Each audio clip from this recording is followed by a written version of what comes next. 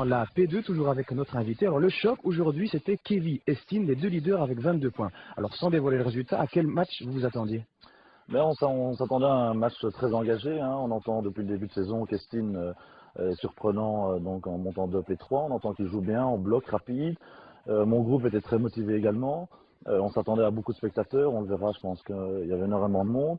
Donc on s'attendait à un match engagé. Et chaque match à Kévy, on voit les équipes essayent de nous prendre à la gorge directement. Et donc c'est pas toujours évident. Alors c'est ça, avec cette grosse étiquette de favori, vous êtes attendu chaque dimanche, évidemment. Oui, évidemment. Mais bon, ça on le savait, on s'en doutait. On l'a vu l'année passée, Quem c'était la même chose, et Quem a quand même réussi à atteindre la P1. Donc on reste ambitieux. Allez, Kévy et Stine, c'était donc le choc ce week-end en deuxième provinciale Série B. Nous l'avons suivi avec Massimo Di Emidio. Cabarro, Delcroix, Ouillot, Antonini, Abbat ou encore Doyen, des noms à faire pâlir des cercles de national. Tous ces joueurs ont choisi de défendre les couleurs de l'US Genlis Kévy en deuxième provinciale. Le challenge m'intéressait. Bon, c'est un club qui a de l'ambition, c'est un club où il y a un challenge, donc ça fait toujours, c'est toujours positif de faire partie d'une équipe qui gagne que de jouer un peu le ventre mou d'un classement où in fine on ne sait pas trop où se situer, ou au tour final ou pas au tour final. Donc non, le challenge du président m'a intéressé et j'espère qu'on va y arriver. Avec un bilan de 22 sur 24, la troupe de Jean Dundal confirme son statut d'hyper favori, reste à écarter Estine. Wauquiez donne le ton après 4 minutes, Kévy domine et s'affirme 180 secondes plus tard. Abbat centre vers Pasqualino qui trouve la transversale. Mais le soufflet retombe rapidement. Les verts et blancs opposent une belle résistance et les occasions se font rares. Il faut attendre la demi-heure pour voir Tony Abbat mettre le feu dans la défense adverse et obliger Miraglia à la parade. Kévy se crée les plus belles possibilités. Kévy est le plus fort dans cette première période, mais en football, rien n'est jamais acquis. À la 35e, Mulders n'est pas signalé hors jeu. La contre-attaque est rapide. L'attaquant estinois contourne Delcroix et ouvre le score. Le plus dramatique dans cette histoire, c'est que les juges de ligne ont été dépêchés à la demande express de Kévy. 0-1, score à la pause. Je ne vais pas accabler vraiment les joueurs parce que je pense qu'ils ont fait le match qu'il fallait. Bon, on peut regretter évidemment le manque de concrétisation parce qu'au niveau des occasions de but, je crois qu'on en a eu 5 belles. Au retour des vestiaires, Kévy est déterminé à refaire son retard. Wauquiez, idéalement placé, rate l'immanquable. Dans l'autre sens, Delcroix intervient brillamment face à Mulders.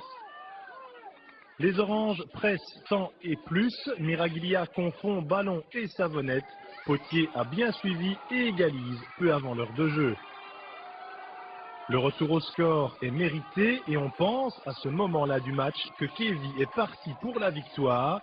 Mais le football est loin d'être une science exacte. Le coup franc de Battaglia est dévié dans le but de Delcroix. 1-2 à la 64e. Kévy aura les occasions pour revenir. À 4 reprises, Wauquiez se retrouve en position de conclure, mais que ce soit de la tête ou du pied, le ballon ne veut plus entrer. Estine remporte le choc au sommet. Dans l'ensemble, je vais dire que le nul aurait peut-être été équitable. C'est celui qui prend sa chance et nous on l'a pris, on n'a pas eu peur de la prendre, nous on n'avait pas de pression et je suis super heureux pour le groupe parce qu'on a un bon petit groupe très jeune mais qui s'applique comme des hommes et ça c'est super. Je pense que Stine n'a rien à enlever à sa victoire. C'est une équipe avec plein d'enthousiasme qui est dirigée de main de maître à l'arrière-garde par Laurent Réder, donc je pense qu'on n'a rien à redire et collectivement on a fait un match aussi très correct. Maintenant, bon, il y a toujours des leçons à retirer d'une défaite. Peut-être aujourd'hui la concrétisation nous a fait défaut. Il y a 15 jours contre Chapelle, on pouvait se permettre tout et n'importe quoi, ça rentrait au fond. Aujourd'hui, on a eu quelques petits soucis. À nous de continuer à travailler. Si Estine a remporté la bataille, de leur côté, les sucriers veulent gagner la guerre. Je pense que l'objectif c'est d'essayer d'être champion. Donc dans cette perspective-là, nous n'avons jamais eu 3 points de retard et il reste quand même, si je ne me trompe, encore 21 matchs à disputer. Et voilà, donc toute compétition confondue, c'est la première défaite de Kévy cette saison. Que s'est-il passé? On est tombé sans doute sur plus fort que nous, mais on l'a vu aussi, je pense, un peu, il nous manquait un peu de chance aujourd'hui devant. Le match aurait pu être terminé après 10 minutes, mais c'est vrai, comme l'a dit Fabio, très très belle équipe d'Estine, beaucoup de jeunes motivés qui en voulaient sans doute un peu plus, et le brin de chance qui nous manquait aujourd'hui, quoi. Alors Estine, c'est plus qu'une surprise finalement, ils sont en tête maintenant. Oui, c'est bien. Évidemment, nous, on espérait, surtout aujourd'hui, étant l'invité d'Atout Sport, on espérait être en tête, mais voilà, c'est la vie, hein. Vous apportez malheur?